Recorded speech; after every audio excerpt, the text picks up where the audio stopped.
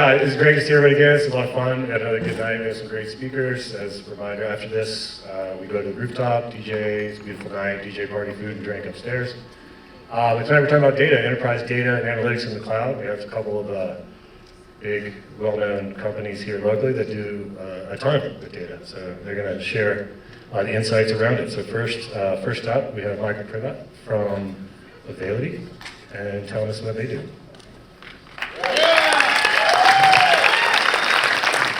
Awesome. Oh, thank you. Cool. Hey guys, thanks for coming. I feel like I'm completely blind now, but I'm going to try to go. So, first of all, this is a talk about data and AI on the cloud, focused on the cloud. This is 20 minutes presentation. So typically I do 1 hour presentations and they last 2 hours. So I'm going to try to stick to 20 minutes here. I'm going to focus. I'm not going to do a lecture on data science. If you want to talk to me after, we can. I'm going to talk about cloud infrastructure, and I'm going to talk about our journey, Availity's journey onto the cloud to get to a point where we actually can do data science at scale on the cloud. And I'm going to talk to you about some of the things we do. This isn't about myself, but I'm going to assume also that everyone can read. So a lot of the slides are going to be my commentary, lots of things written. You can read for yourself. All right, so before we start, a little bit about Availity, and this is super awkward like this. So Availity is a healthcare technology company. In short, what we do is we connect healthcare providers with health plans. Health plans are, health insurance companies. So healthcare providers would be your doctors, your hospitals, and we connect them with insurance companies. Why do they need to connect? Well, these healthcare providers, typically when we talk to them, they tell us they have 3 problems. 1, they want to get paid. 2, they want to get paid. I'll let you guess the third one. And so that's what we do. They, when you go to the doctor, you go to the front clerk, the very first thing that they do is they ask you for your insurance card. Why? Because they want to get paid. They're going to come to us and they're going to ask us about copay. And that way we'll be able to tell them how much they should be collecting from the patient, because once the patient's gone, it's pretty much game over for them to collect.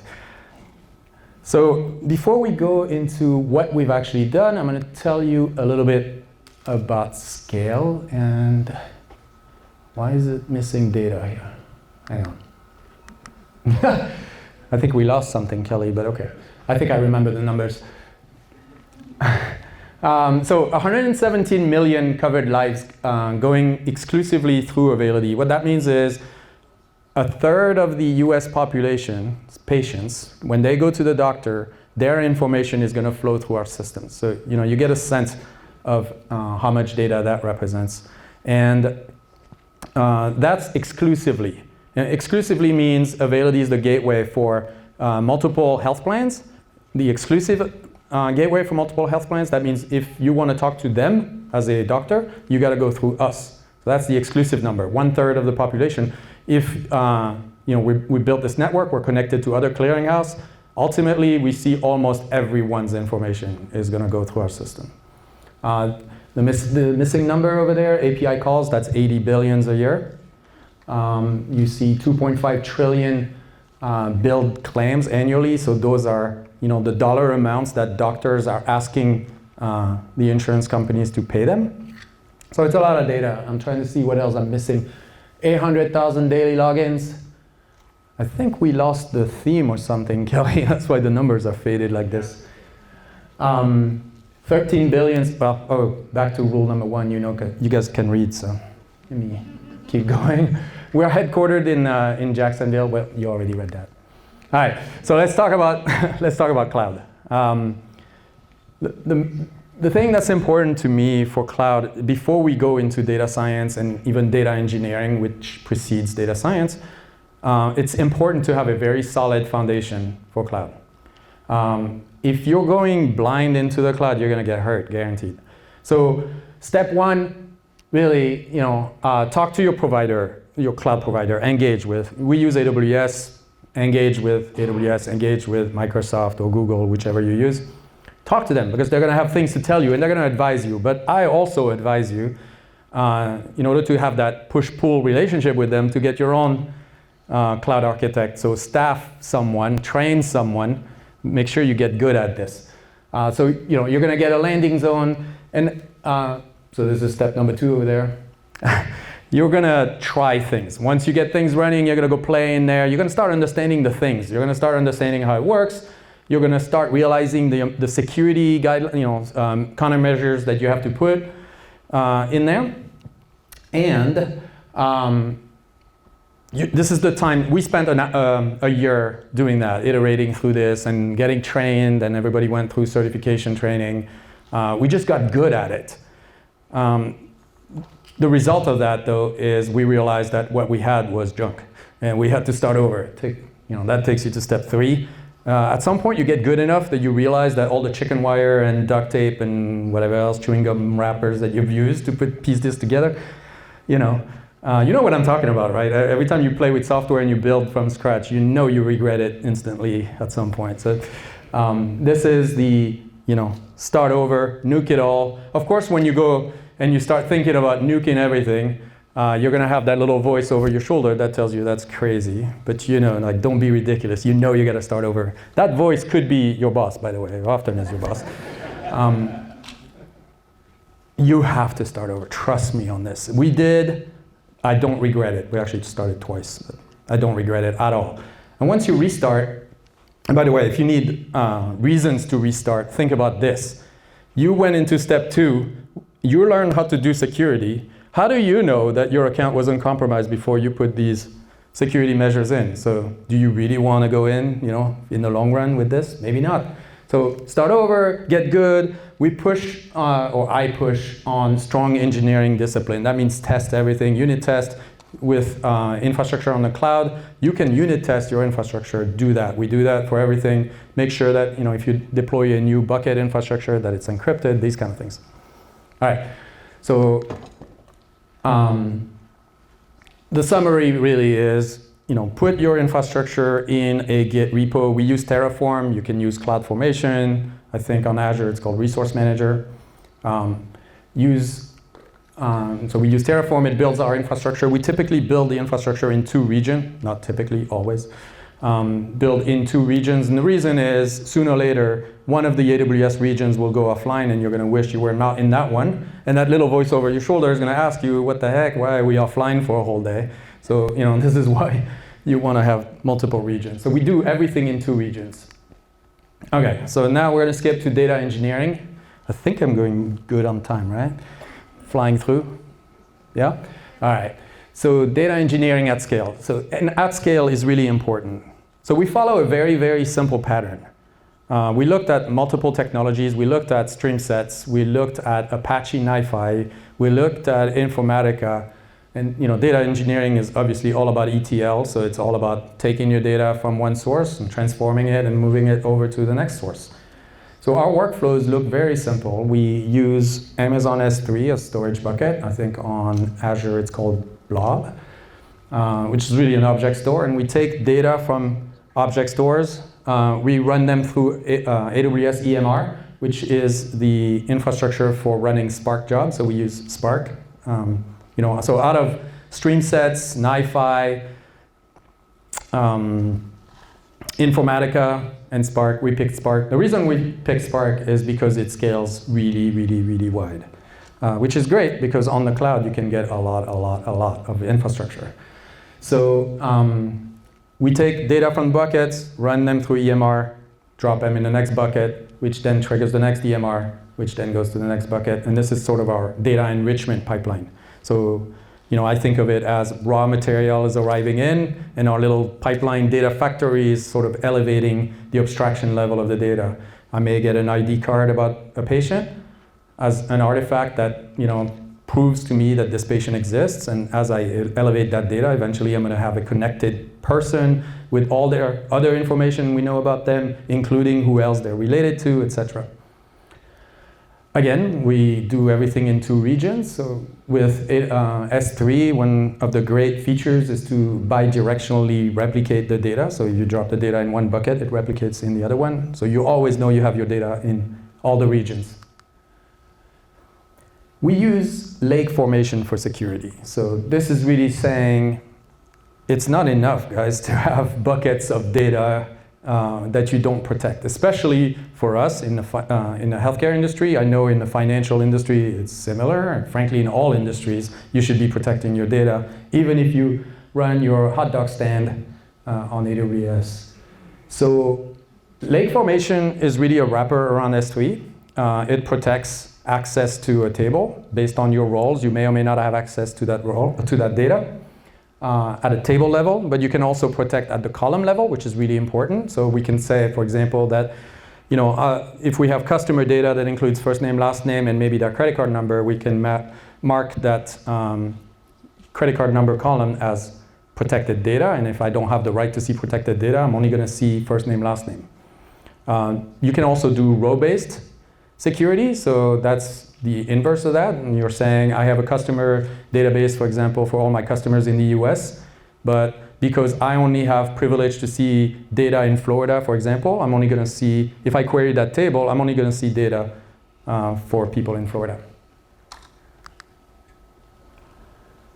Having the data in the lake is one thing, but ultimately you actually want to do something with that data, right? And so slowly we're approaching the data science world here.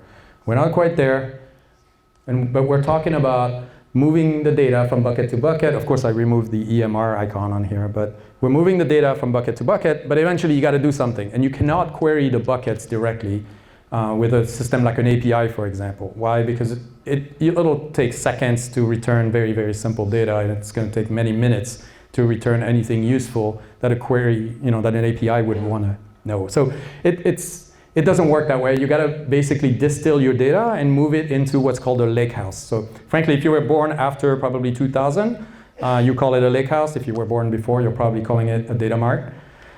It's the same thing. It's distilled data for a particular use. So here's an example. If I have a customer, or if I have an API that allows me to query maybe the last 6 months of patients, and I really only ever care about first name, last name, date of birth, then I'm only going to load these 3 fields, first of all, in that lakehouse, and I'm only going to load 6 months worth of data. And that way, I can have a very fast API with exactly just the data that I want, and then my lake is just basically filling the data as the time window advances. The other advantage is because the buckets are replicated across regions, I can have 2 databases, one in each region, and an API in each region, and use infrastructure to route between the 2, and now I have an active-active API, which is really, really useful. All right, we're approaching the data science. So we're still talking about infrastructure here. We use SageMaker. That's our AI development tool. You could use, I'm sure some of you have used Databricks. They do roughly the same thing. Databricks is great because it's multi-cloud. And so if you're on a multi-cloud journey, good idea, great idea. If you're not, then you end up with 2 solutions. You have 2 options. You have the Databricks option, you have the SageMaker option. And for me, when I have that problem, I usually fall back to, okay, well, what's simpler to implement?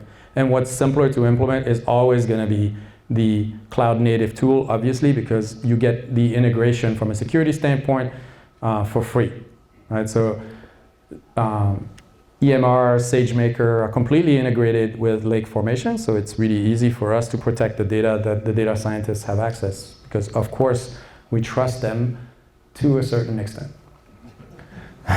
So with SageMaker, you work on Jupyter notebooks, just like in Databricks, just like all other platforms like that. So the notebooks are going to be in Git, and don't forget about your engineering discipline. It's really important that everything is always stored in Git, always well documented. So we have code reviews even for Jupyter notebooks. The training is hooked up through SageMaker to EMR. The advantage here is you get Spark training, so Spark-based training at scale. Again, Spark will scale horizontally super wide. We've even spun up clusters of 100 nodes just to burst and process a lot of data all of a sudden, and then as soon as we're done, we just shrink it back down. When we worked on deploying the data platform on the cloud, of course, the data platform is completely useless unless there's data in it. So we had all this history of data that we sent through the data platform and reprocessed everything. So you're reprocessing years of data in just a few days just because you scale so wide, and then when you're done, you just shrink it back down.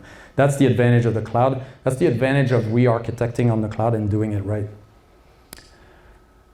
All right, and where are we at? Okay, so this is just a sneak peek of what SageMaker does. You can see, you'll recognize Jupyter notebooks, but you'll also recognize other tools like the automatic model training and other AutoML. So this is like your AI assistant for AI, and in SageMaker you have a bunch of these tools. And I'm not here to advertise for SageMaker, frankly. I think Databricks is just as good, but SageMaker is what we use. I didn't talk about the warehouse really, and that's the last point right there. It's integrated with Redshift. Redshift is the data warehouse that we chose to use. I know some of you here probably use Snowflake. That's a typical one on the cloud as well. Typically, people who use Snowflake love it. So of course, you're going to ask me, but why didn't you choose it then? Well, it's because the same reason, frankly, as earlier. If I have two tools that do the same thing, I'm going to pick the one that's cloud native. So we picked Redshift. Of course, I talked to the Snowflake folks. I don't know if there's anyone here from Snowflake, but I talk to them periodically, and we roadmap ahead. When are we going to run out of runway with Redshift? When is it going to not do what we need it to do anymore? And at that point, we'll create a path to switch to Snowflake. So there's frankly always a path from native to the other vendors, because the other vendors, of course, work hard on making that path. There's hardly ever a path, though, going the other way. So I tend to pick the cloud native first. And bail out if I have to. That actually hasn't happened except for once, unrelated to data platform. But we did, it's just for the story. We didn't use the AWS Git repository that's offered by AWS because obviously there are better ones out there. This is just not what they do best. All right, so a little bit about data science, even though we lost a bunch of the numbers here. So the data platform, depending on the kind of transactions, runs between 8 to 200 times faster than our current data platform that's based on Hadoop and stream sets. And frankly, that's not actually slow. Like the Hadoop stream set setup isn't slow. But with the cloud-based data platform, we really can scale very wide. And I say 200 because I think it's our maximum clock speed. But we could go actually further, we just haven't tried. And because we haven't needed it, and also because we don't want to spend that. So at the end though, you get reduced operating costs. And if you think about operating costs, you have to include licensing costs, but you also have to include the cost of people maintaining servers, all the training, the patching, all the stuff goes away because we use managed service for everything. Even for EMR, we use serverless, so that means we don't actually have a server to patch at all, which is great. So let's see if we have colors. Enough colors, that's good. All right. So two things that we worked on that I can talk to you about today is one is collaborative filtering. So that's a fancy word. So this is a data science algorithm, or an AI algorithm, really. It's the same one that Amazon uses on their shopping site. It's the same one that Netflix uses, and you know it. It's, hey, these other users that watch the same movie tend to watch that exact same movie. Of course, we don't have any movies at Availity, but we do have a lot of data. And so one of the things we can say is, hey, provider, these other providers that tend to use the same tools as you usually use that tool over there, and we think you should be using it too. Or usually providers who behave like you put that or choose that value in this dropdown. So maybe I'll put it in on top, or maybe I'll put 3 of the top picks on top to help you. So this is all about improving the user experience. We're missing something here. Let's see if I can figure it out. Oh, it's Tisney. So Tisney is an AI algorithm for, I forget what the acronym is for, but it's an embedding algorithm. That's essentially in data science, an embedding is reducing dimensions. So if you think of a user, for example, on our web portal, and you measure that user against many dimensions. I think we picked 20 here, which could be, what is the percentage of time that you're using this app? What is the percentage of time that you're using that app? What time do we first see you in the morning? What time do we last see you in the evening, et cetera, et cetera? How many times do you log in a day? And so that creates all kind of measures for that user.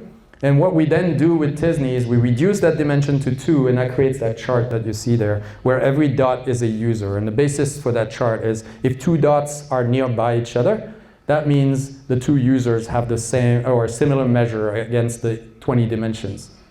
So that's really useful because now you can identify clusters of users. So you can see where there are clusters. And the color on this example is in blue are the users that are using a specific app that we call eligibility and benefits inquiry.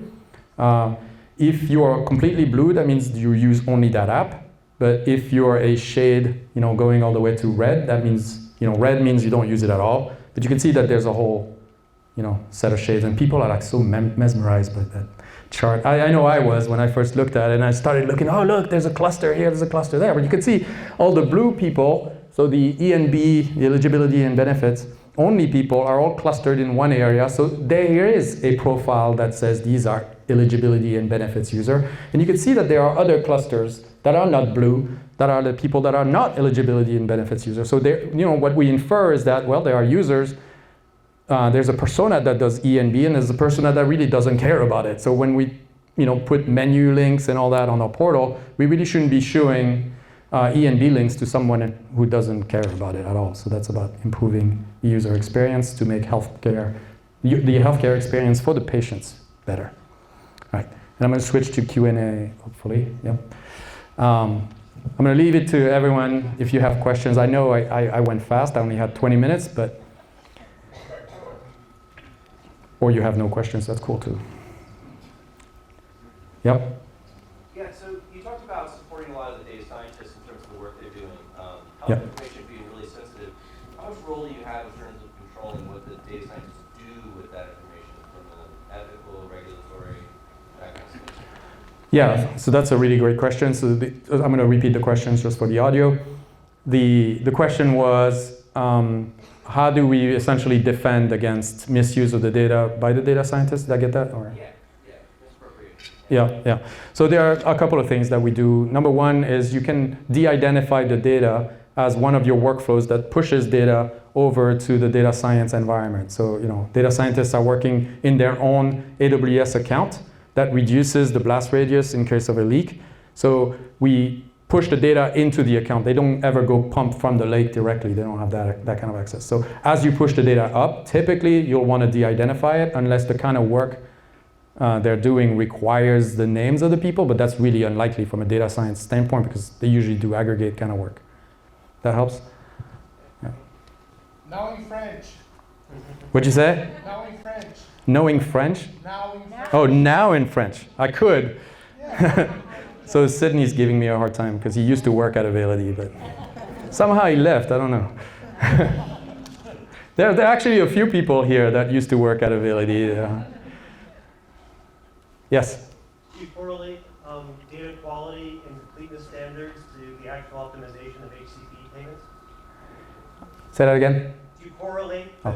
do you correlate data qualities and data completeness to the actual optimization of HCP payments? Yeah, so we do, so number one, in order to do anything like this, you have to remember that we are only custodians of the data. We don't own that data, right? So step one is you have got to get access or enough data rights to actually do data science on the data. So there's a whole process to get that information because we got to go get it from the healthcare companies.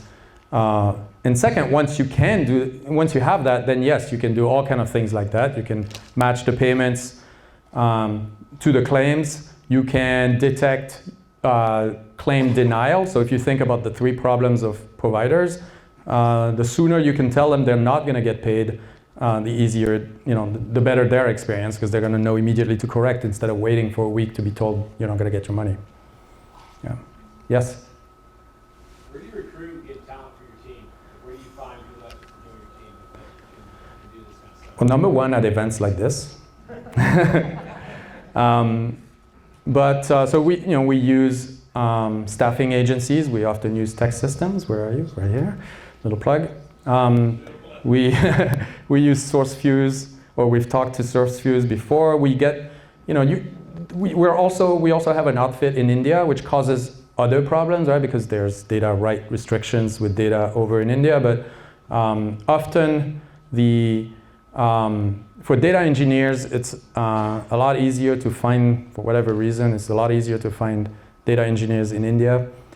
For data science, we have a great new chief data and AI officer that we recently hired that comes from previously known IBM Watson Health.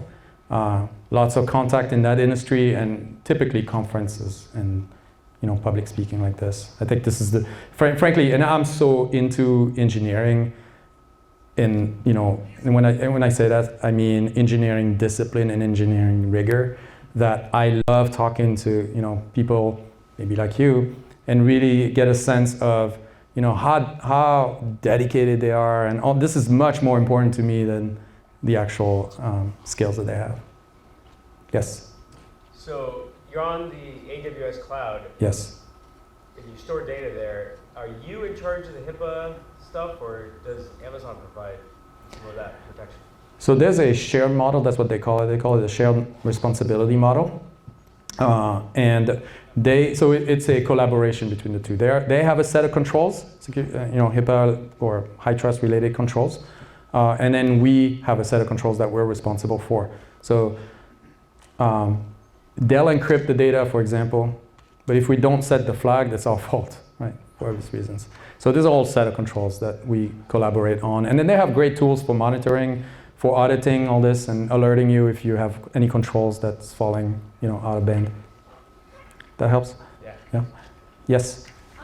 We are considering looking at ETL tools in AWS. You went with Scala. Why did you choose Scala over Glue?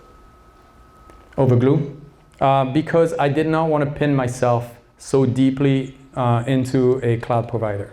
So while Availity decided to be cloud specific, so native, we went with AWS. Every time I have an option, I'm always going to look at the alternative. Going into Glue means ETL on AWS only, forever. Going with Spark means if I really need to, I have a way to go to Databricks, for example. Yes? So about that, you said about not being super entrenched in AWS. What about disaster recovery and other cloud providers like GCP? About what? I missed the last piece. Disaster recovery. Yeah, disaster recovery. So again, we're deploying everything in 2 regions, so that is our disaster recovery plan. I know I hear a lot about multi-cloud, what if AWS entirely goes offline? Don't know when that happened last. Hopefully never, or else I'm in trouble with the little voice here.